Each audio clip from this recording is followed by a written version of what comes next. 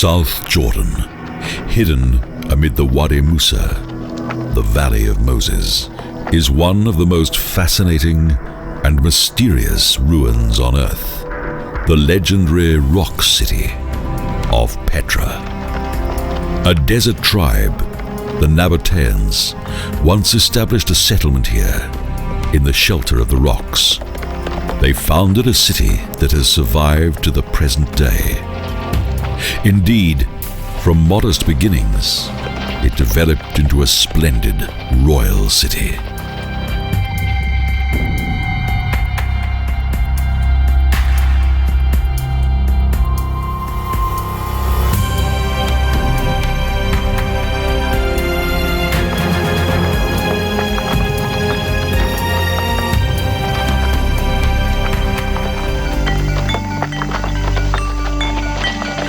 An increasing number of sightseers are attracted to the magical allure of the Nabataean buildings.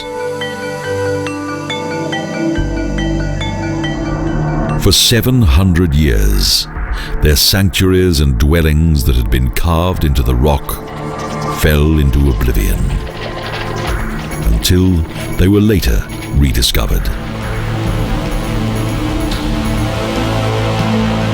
Swiss researcher Johann Ludwig Burckhardt was traveling from Syria to Egypt when he rode through the valley of Petra on the 22nd of April, 1812. At first there was nothing in the confusing Sikh canyon to indicate the existence of the rock city, although the canyon was once the main entrance to the center of the Nabatean town.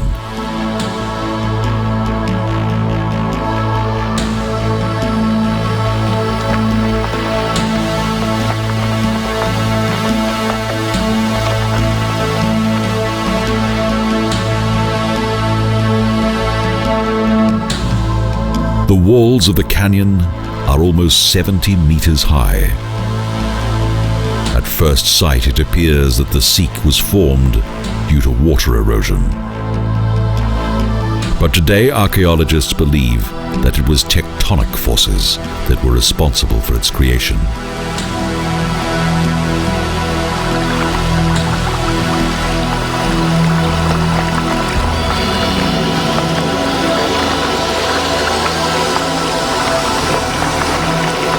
The beauty of the reddish and rose-colored rocks is quite remarkable. The rock walls around the Nabataean city often show clear signs of its former inhabitants. In addition to its various hues, the stone also impresses by way of its large variety of forms.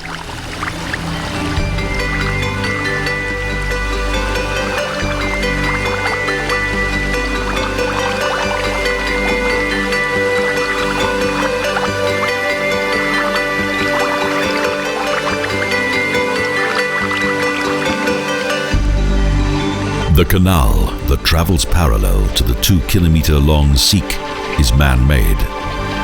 It supplied the city with water.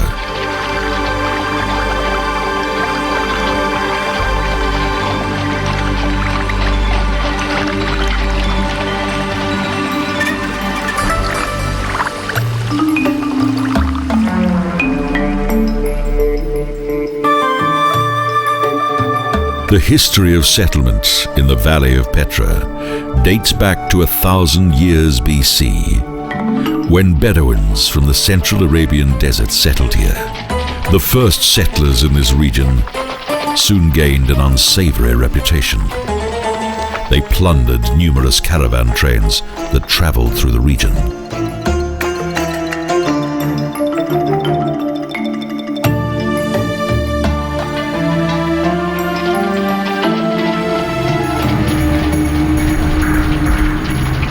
Close to their camp in the Valley of Petra, there were several important caravan routes, including the famous incense route. Due to the inherent dangers of traveling in the Wadi Musa area, the Nabateans eventually offered to escort the caravans for a suitable fee.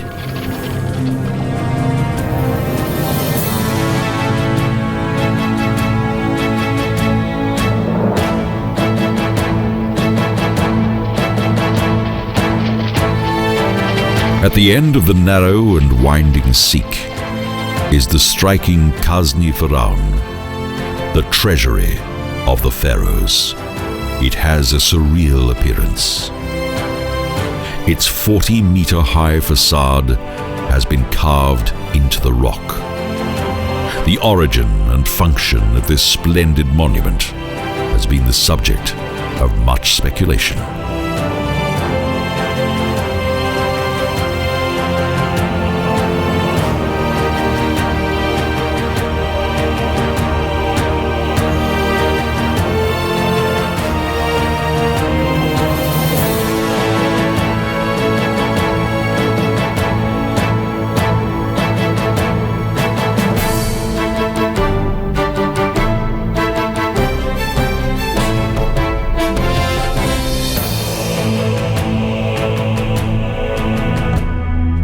However, archaeologists are now certain that the pharaoh's treasury was a tomb and not, as previously thought, a Nabataean temple. Its age has also been determined. The Kazni Pharaon was built around 2,000 years ago.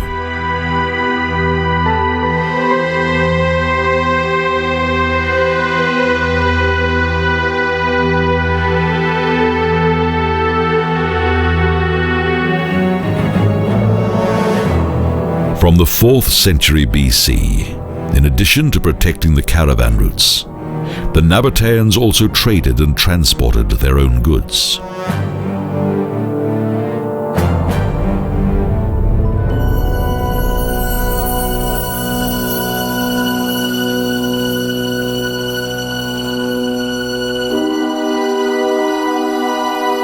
Plying their trade throughout the Arabian Peninsula soon brought them great wealth. For the construction of their new capital city of Petra, they used the finest Greek architects. This later gave rise to a unique Nabataean style of architecture.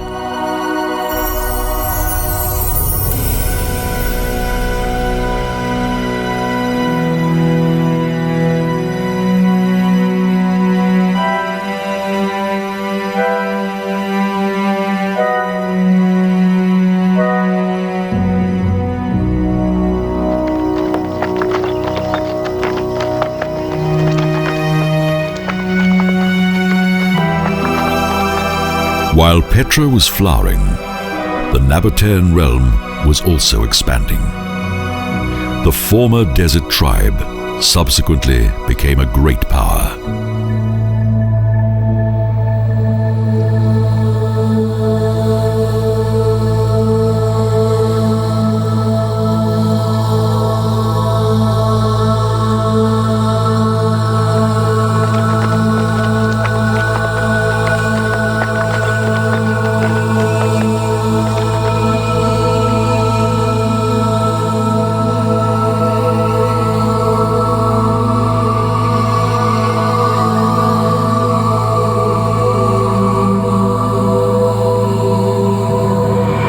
Even thousands of years later, the former beauty of Nabataean architecture is still plain to see.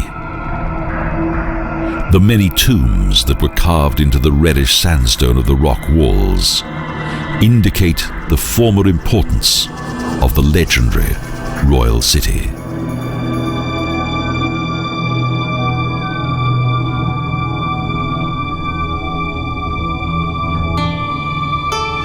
The most important members of the population wanted to be buried in Petra. So it's hardly surprising that more than 1,000 tombs have so far been discovered in the city. The street of facades travels past a large number of them.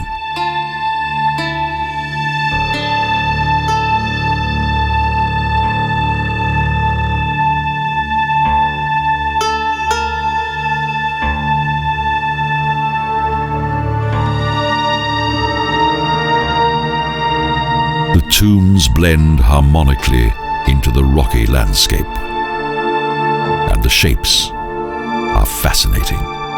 In many places, the walls show clear signs of flooding. Although the Nabateans managed to tame the Wadi Musa, for several years.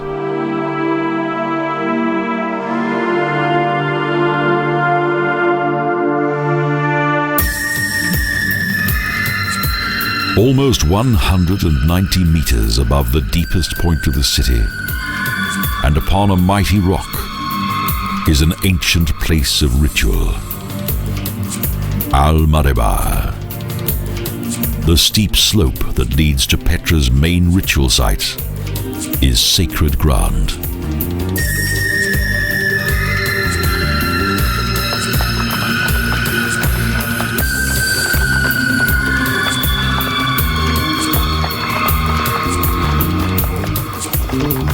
The Nabataeans had their own religion, based upon ritual sacrifice.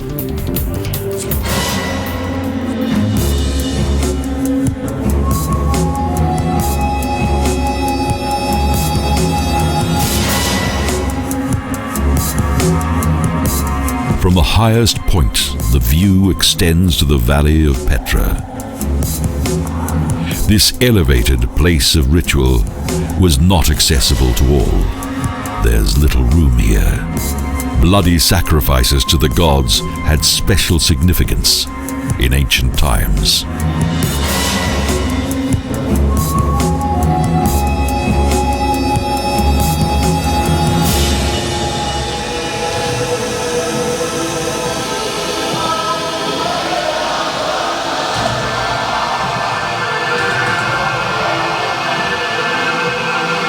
The blood of sacrificed animals symbolized life, and the gods also received gifts such as food, drink, and cereals.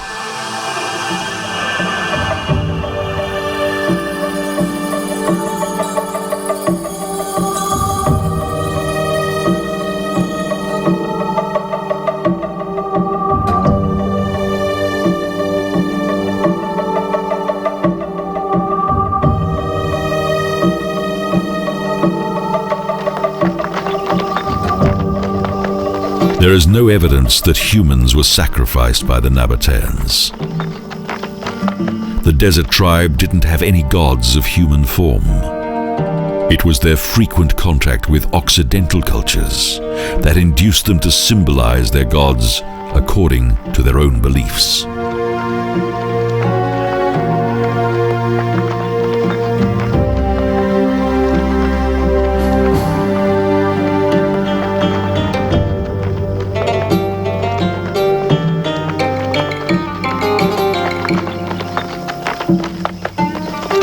In addition to trading their goods, the former inhabitants of Petra also survived by breeding camels that played an important role as a highly practical means of transport for the caravans. The Nabateans retained their economic and cultural independence for several centuries.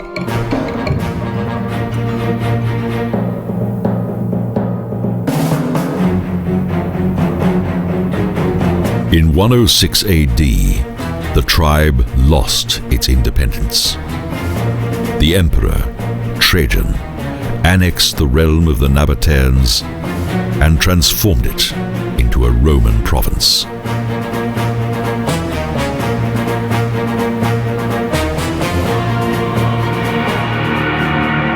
The main structure of the monumental Petra amphitheater originated around 100 years earlier.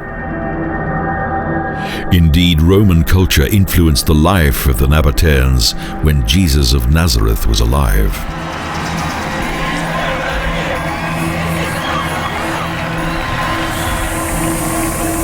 After having been extended during Roman rule, up to 8,000 spectators could be accommodated in the amphitheater that even today has wonderful acoustics. This structure that was carved into rock unites three classic elements of ancient architecture. Its location on a slope, the arrangement of seats in a semicircle, and the typical stone masonry of the Nabataeans gives the amphitheater a timeless quality, even though for many centuries it was covered by sand.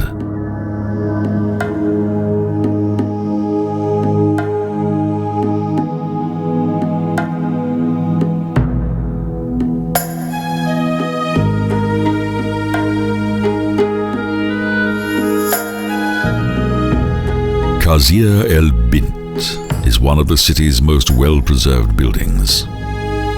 This Nabataean sanctuary has been the only building in Petra that has withstood the region's many earthquakes. It is also the only freestanding monument in this ancient royal city.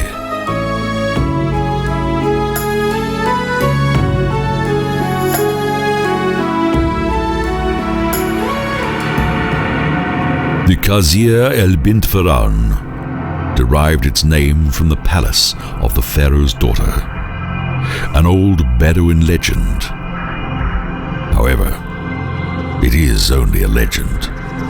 The temple's religious activities are still unknown, but it has been established that this extraordinary sanctuary was dedicated to the Nabatean god, Dushara.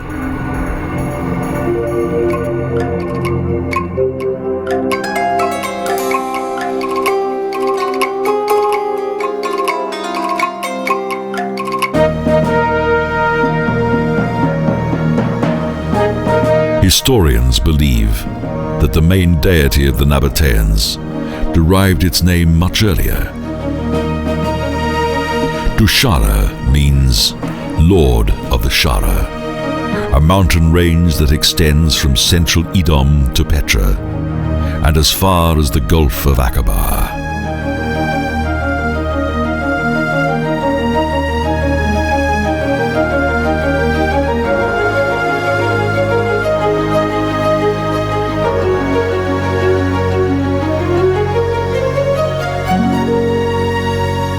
Over the years, an increasing number of deities were worshipped. The Nabateans' religious belief united numerous ancient cults that included Greek and various South Arabian deities. The Romans also influenced the religious life of Petra's inhabitants.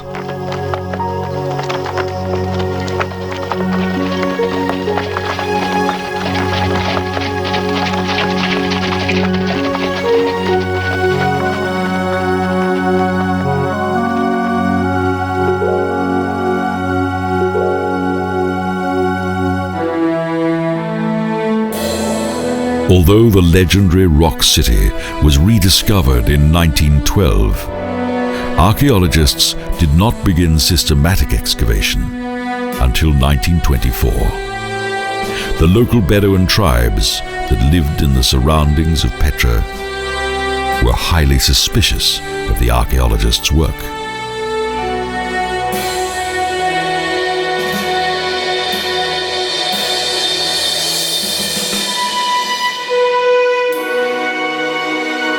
At great financial cost, the archaeologists carried out extensive work on the abandoned capital city of the Nabateans.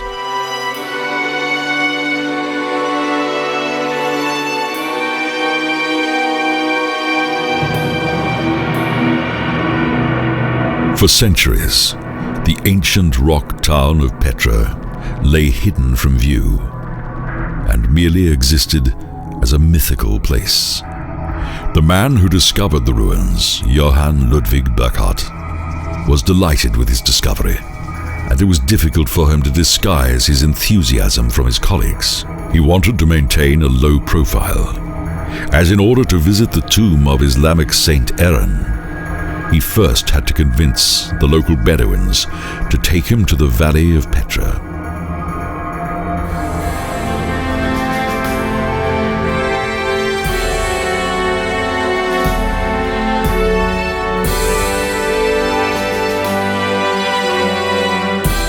Although Burckhardt was only permitted to remain there for a short time, from the ruins he was able to sketch a rough outline plan of the ancient town.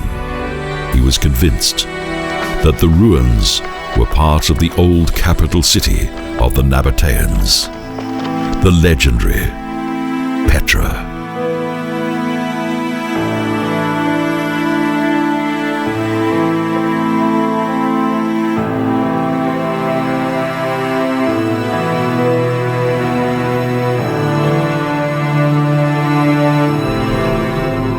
In 1818, 6 years after Burckhardt's sensational discovery, the next Westerners arrived at the remote archaeological site of Petra.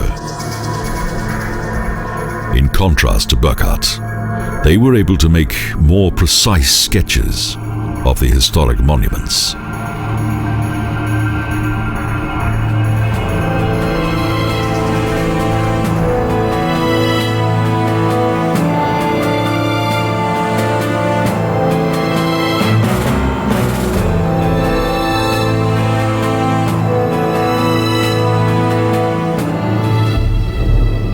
The majority of the surviving Nabatean structures are impressive tombs.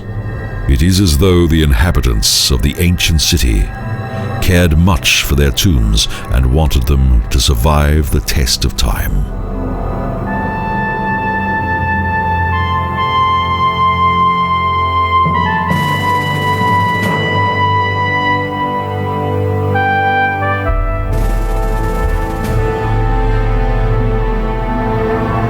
It is likely that the builders of the royal tombs believed in life after death. The graves contained various valuable objects.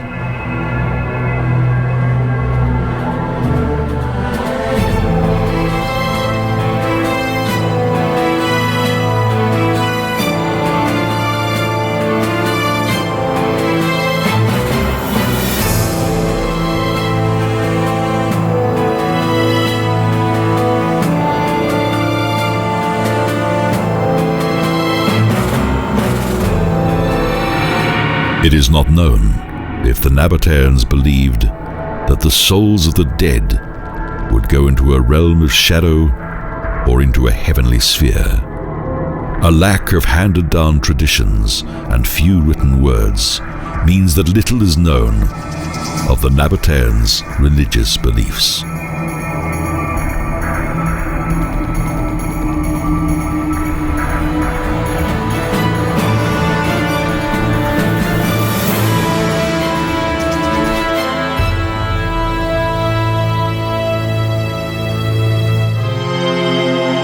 An ancient path leads from the center of the city up to one of the most impressive sanctuaries in Petra.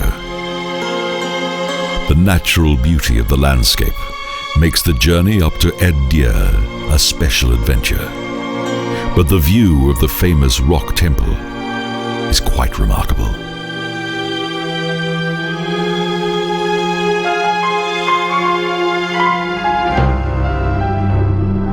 The contrast between the clear geometrical lines of the sanctuary and the surrounding rugged and steep rock walls is amazing. day.For is one of the most outstanding examples of Nabatean architecture.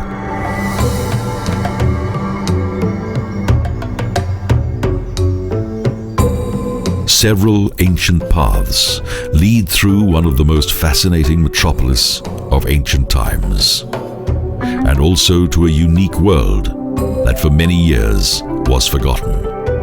A seemingly hostile desert world of rock, yet full of the fascinating remains of a legendary people.